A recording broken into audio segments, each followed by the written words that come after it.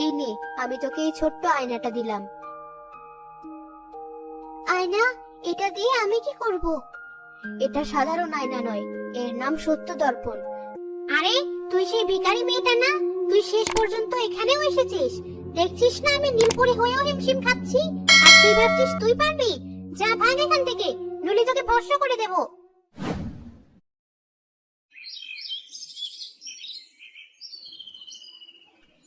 হালিমা বাবু, এদিকে এসো তো একবার, নিজের চোখে দেখে যাও কাণ্ডটা। কি হলো সকাল সকাল চেঁচামেচি করছো কেন জব্বার ভাই?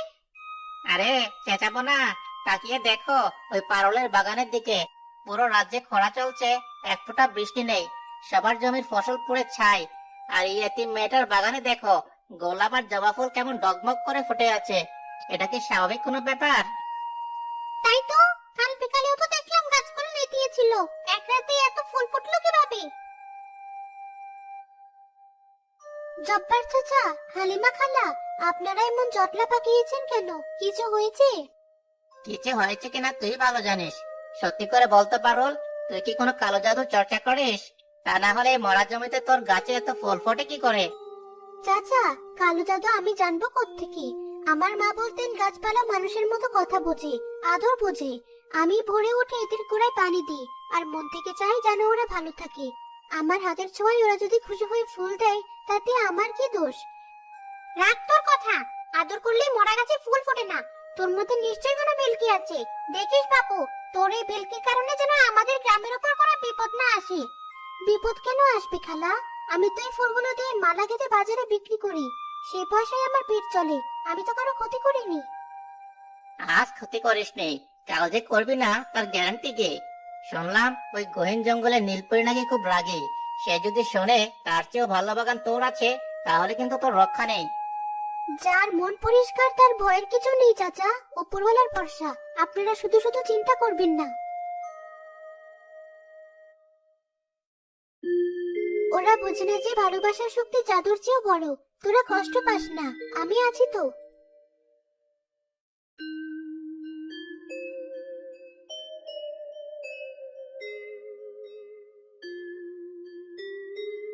আয়না, আমার সত্যবতী আয়না, বলতো এই ত্রিভুবনে আমার চেয়ে রূপবতী আর শক্তিশালী কেউ আছে কি? মালকিন, আপনার রূপ চাঁদের মতো, আপনার জাদু সূর্যের মতো প্রখর, কিন্তু কিন্তু কি? আবার সেই কিন্তু? তোর কি সাহস বেড়ে গেছে? আমি ভেঙে টুকরো টুকরো করে দেব তোকে। বল, কি বলতে চাস? মালকিন, রাগ করবেন না, সত্য বলাই আমার ধর্ম। আপনার রূপ অসীম, কিন্তু চন্দনপুর রাজ্যের এক প্রান্তে এক কুড়ে করে পারুল নামের এক মানব কন্যা আছে। মানব কন্যা? সামান্য মাটির মানুষ, তার কথা কেন আসছে? মালকিন, তার রূপ সাধারণ হতে পারে, কিন্তু তার হাতে এমন এক মায়া আছে যা আপনার জাদুকেও হার মানাতে পারে।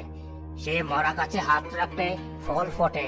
রাজ্যের মানুষ এখন আপনার নাম না নিয়ে ওই পারুলের গুণের কথা আলোচনা করে।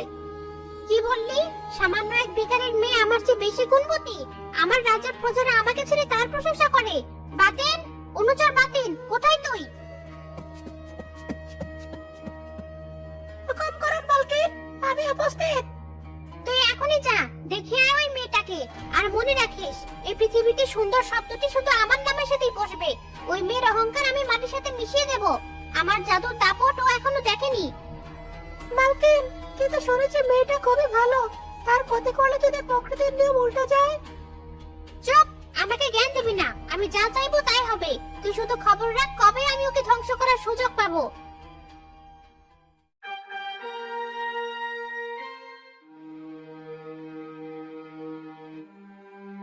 বুদ্ধিমশাই, আর কতক্ষণ?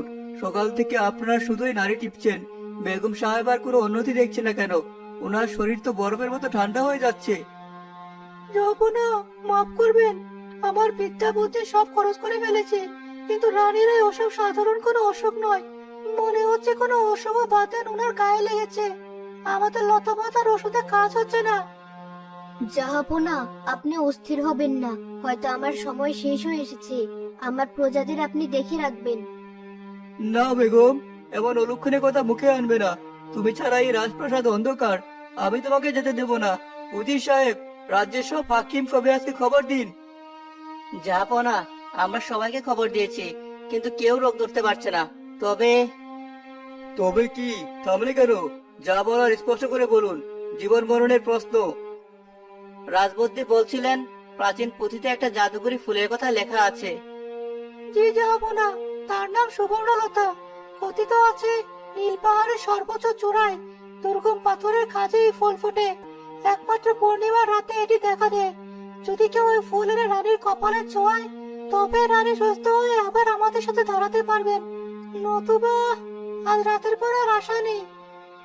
নীল পাহাড়, সে তো ভয়ঙ্কর জায়গা। সেখানে নাকি মায়াবী জাদুকর আর হিংস্র পশুদের বাস। কিন্তু আমার রানীর জন্য আমি সব করতে পারি। যাব না, সাধারণ সৈন্যদের পক্ষে সেখানে যাওয়া সম্ভব নয়। একমাত্র যার অসীম সাহস এবং মন পবিত্র, সেই হতে পারবে। শোনো অজিত, এখন